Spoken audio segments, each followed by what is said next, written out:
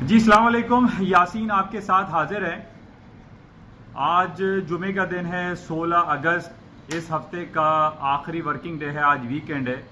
और जैसे कि मैंने आपसे ये कहा है कि आज वीकली क्लोजिंग के हवाले से बड़ा इंपॉर्टेंट डे होता है और हम ये इसको एक रैप अप भी करते हैं कि इस पूरे हफ्ते में क्या हुआ, क्या खबरें आई, किन लेवल्स पे मार्केट चलती रही। तो दो तीन खबरें बहुत ज़्यादा मार्केट में सर्कुलेट होती रही। एक तो ये कि जनाब वो जो ट्रम्प साहब की ट्वीट थी कि वो 300 बिलियंस ऑफ डॉलर के टैक्सेस यकम सितंबर से लगा देंगे, उसको डिले कर दिया गया। अब ये खबर आ रही है कि वो 12 दिसंबर से लगाया जाएगा। और इसी के साथ ही एक खबर बहुत ज़्यादा चलती रही कि जनाब वो इन्वर्टेड यील्ड कर्व बन गया है बॉन्ड का, यानी 2 साल के और 10 साल के जो बॉन्ड्स, ट्रेजरी बॉन्ड्स होते हैं, उसकी जो है जो एक एक एक टेक्निकल ग्राफ है वो एक एल शेप में बना है। यानी मैं अगर 2 साल की अपनी इन्वेस्टमेंट करता हूं तो उस पर रिटर्न मुझे ज्यादा मिल रहा है और 10 साल की इन्वेस्टमेंट पे मुझे रिटर्न कम मिल रहा है, जिसको हम इन्वर्टेड यील्ड बॉन्ड कर्व कहते हैं, जो कि बड़ा नेगेटिव होता है। और ये कहा जाता है कि अगर ये इन्वर्टेड यील्ड बनती है, इन्वर्टेड कर्व बनता है, तो ये इकोनॉमी के लिए बहुत ज्यादा नेगेटिव होता है और इससे अमेरिका की स्टॉक मार्केटों में जो है वो एक डाउनफॉल आ सकता है, मार्केट में रिसेशन डिक्लेयर हो सकता है। बहुत सारी नेगेटिव खबरें इस हवाले से चलती रही कि जनाब ये इन्वर्टेड यील्ड कर्व बना है ट्रेजरी बॉन्ड्स का। और इसके अलावा डिफरेंट खबर चलती रही कि जनाब चाइना की कुछ अच्छी खबर आ रही है, कुछ बैड रिपोर्ट्स आ रही हैं। उनका जो एक्सपोर्ट है वो 3.3% इंक्रीज हो गया है। उनका 17 साल का लोएस्ट इंडस्ट्रियल प्रोडक्शन की रिपोर्ट आई, वो खराब आ गई।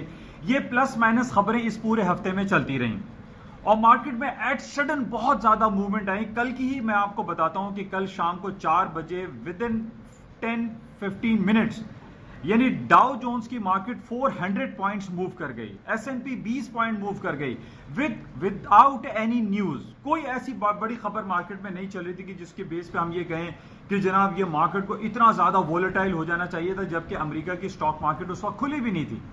लेकिन मार्केट में एक भूचाल जैसी कैफियत जो है कल भी रही और 3-4 दिन पहले भी रही। और मैंने आपसे इस बात का इजहार किया था कि जनाब इस तमाम मार्केट की मूवमेंट के पीछे एक ही वजह है और वो है इस्लामिक वर्ल्ड में हॉलिडे मूड। यानी एक तरफ हम पाकिस्तान, इंडिया, जहां पे मुस्लिम अक्सरियत के इलाके हैं, जो शहर हैं, मुल्क हैं, वहां पे ईद उल अजहा की छुट्टियां लोग मना रहे थे, यानी ईद सेलिब्रेट कर रहे थे। और अरब कंट्री में ज्यादातर लोग हज की छुट्टियों में थे। वो कमोबेश 1.5 से 2 अरब जो है वो मुस्लिम आबादी है पूरी दुनिया में और इसकी इंपॉर्टेंस बहुत ज्यादा है। यानी मार्केट में अगर इतनी ज्यादा हैपजेड मूव आती है, अप्स एंड डाउन्स आ रहे हैं, ठीक है, मार्केट में खबरें भी चल रही हैं, लेकिन इतनी ज्यादा खबर आ रहने के बाद और मार्केट में इतनी ज्यादा वॉलेटिलिटी हो जाना, इसके पीछे सिर्फ और सिर्फ वॉल्यूम मैटर करता है। हालांकि मैंने आपको इससे पहले ये कहा था कि पूरी दुनिया में चाहे वो CNN हो, BBC हो, कोई भी चैनल हो, वो इस बात को कवरेज नहीं देता कि इस्लामिक वर्ल्ड में एक लॉन्ग हॉलीडेज चल रही हैं, 8-10 दिन की छुट्टियां चल रही हैं, जिसकी वजह से मार्केट में बहुत ज्यादा जो है वो एक वॉलेटिलिटी तो होती है लेकिन वॉल्यूम कम होता है। अब लेस वॉल्यूम में होता यही कि मार्केट में बहुत ज्यादा मूवमेंट आ जाती है।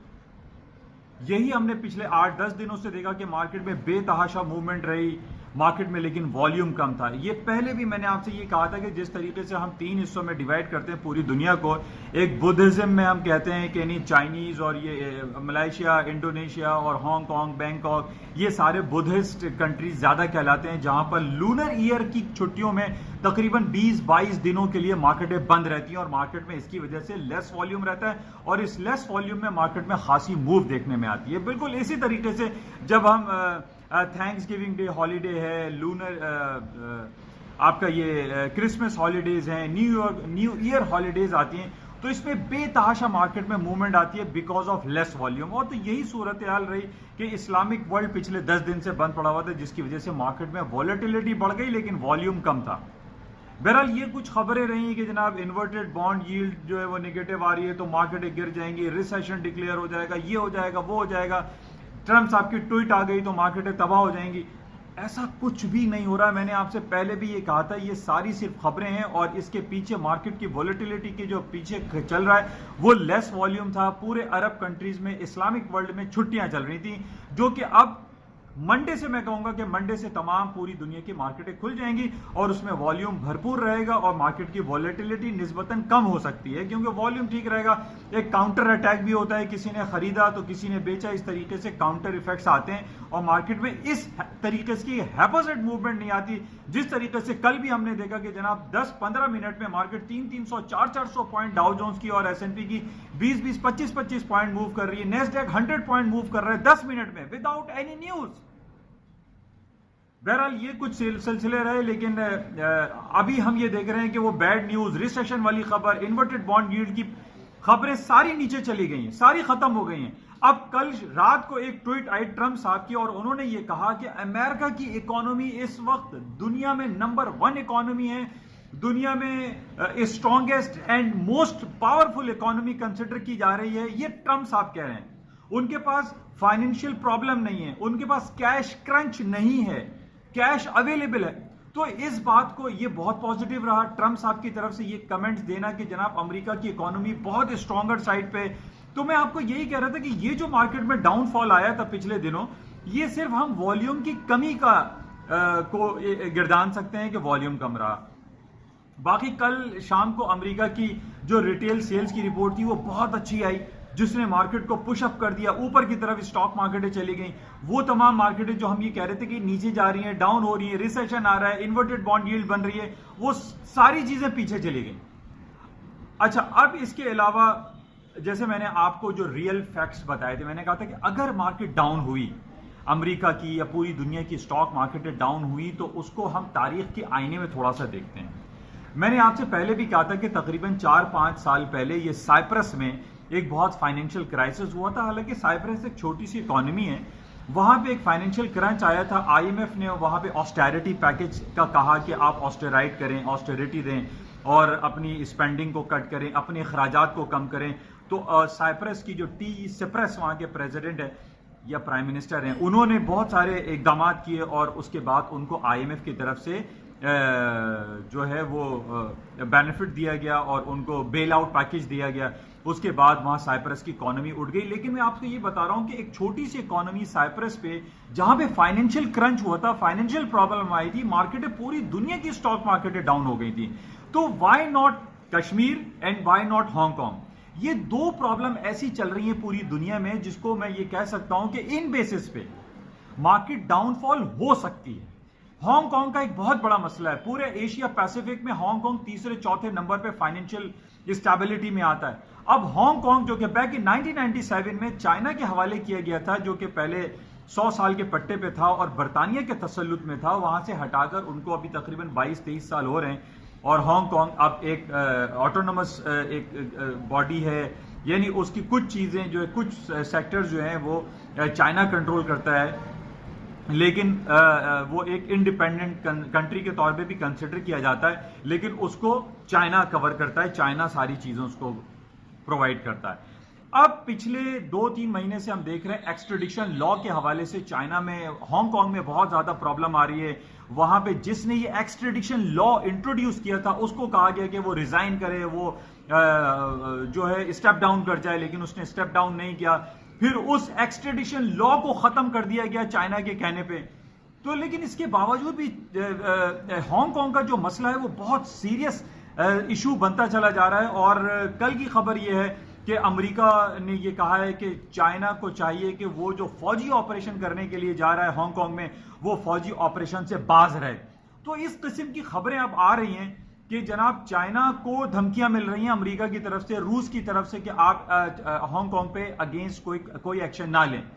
तो चाइना ने कल वाज़ेह अल्फाज में यह कह दिया कि हम किसी की इंटरवेंशन बर्दाश्त नहीं करेंगे।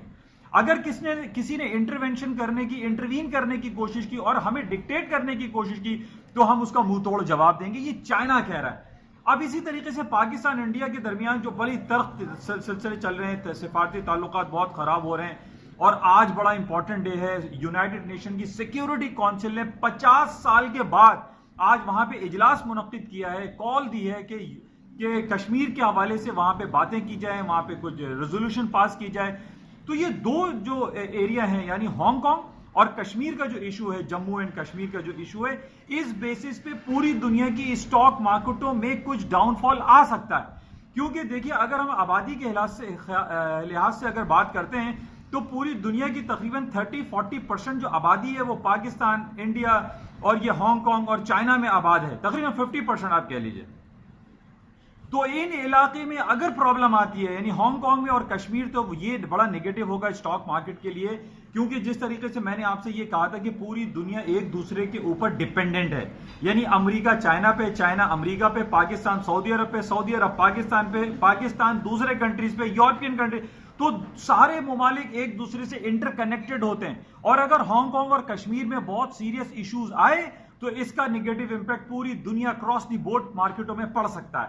जिस तरीके से हमें याद है कि बैक इन 2007 में जब बेनजीर का इंसिडेंट पाकिस्तान में हुआ था, तो पाकिस्तान की मार्केटें और इसके अलावा दुनिया की मार्केटों में काफी भूचाल आया था, और इसके अलावा गोल्ड की मार्केटें ऊपर आ गई थी बेनजीर इंसिडेंट के ऊपर। तो इसी तरीके से हम किसी भी इलाके को, किसी भी टेरिटरी को निगेट नहीं कर सकते। हांगकांग और कश्मीर इस वक्त करंट मार्केट में, करंट दुनिया में, आज के हालात व वाकयात में बहुत इंपॉर्टेंस इख्तियार कर गया है। इस बेस पे मैं कह सकता हूं कि अमेरिका की और पूरी दुनिया की स्टॉक मार्केट में फॉल डाउन आ सकता है। अदरवाइज इस खबर पे फॉल डाउन आना कि जनाब उन्होंने ट्वीट कर दी, 300 बिलियन की ट्वीट कर दी कि वो 10% ड्यूटी लगेगी, या फिर ये हो कि इन्वर्टेड यील्ड बॉन्ड कर्व बन रहा है तो इस पे मार्केट गिर जाएगी।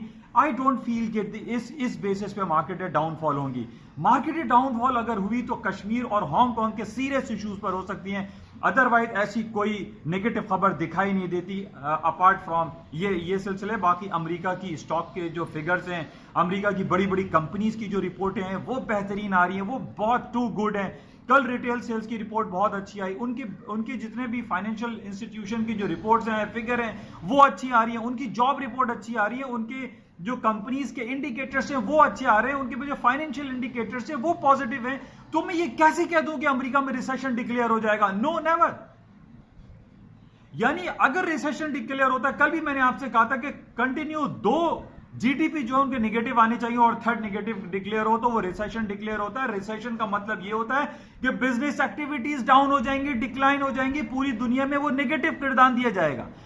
ऐसे नेगेटिव नहीं हो सकता। अब कल रिटेल सेल्स की खबर अच्छी आ गई, कल ट्रंप साहब ने इतनी अच्छे बयान दे दिए कि अमेरिका की इकोनॉमी पूरी दुनिया में स्ट्रॉन्गेस्ट है और मोस्ट पावरफुल इकोनॉमी है, बिगेस्ट है, स्ट्रॉन्ग, यानी ये पॉजिटिव कमेंट्स आ रहे हैं। तो हाउ कैन आई से कि जनाब अमेरिका की इकोनॉमी में रिसेशन आ जाएगा या वो डिक्लाइन हो जाएंगी? ऐसी कोई सूरत हाल नहीं है।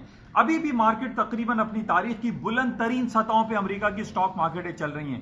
ठीक है, करेक्शन पीरियड के लिए मार्केट थोड़ी सी नीचे आई हुई है, लेकिन बहरहाल मार्केट में अभी डाउनफॉल मुझे दिखाई नहीं देगा। As a analyst, as a तज्जियाकार, एज अ तबसरा मैं ये करूंगा कि अमेरिका की स्टॉक में मार्केट में इतना ज्यादा डाउनफॉल अभी फिलहाल मुझे दिखाई नहीं देता।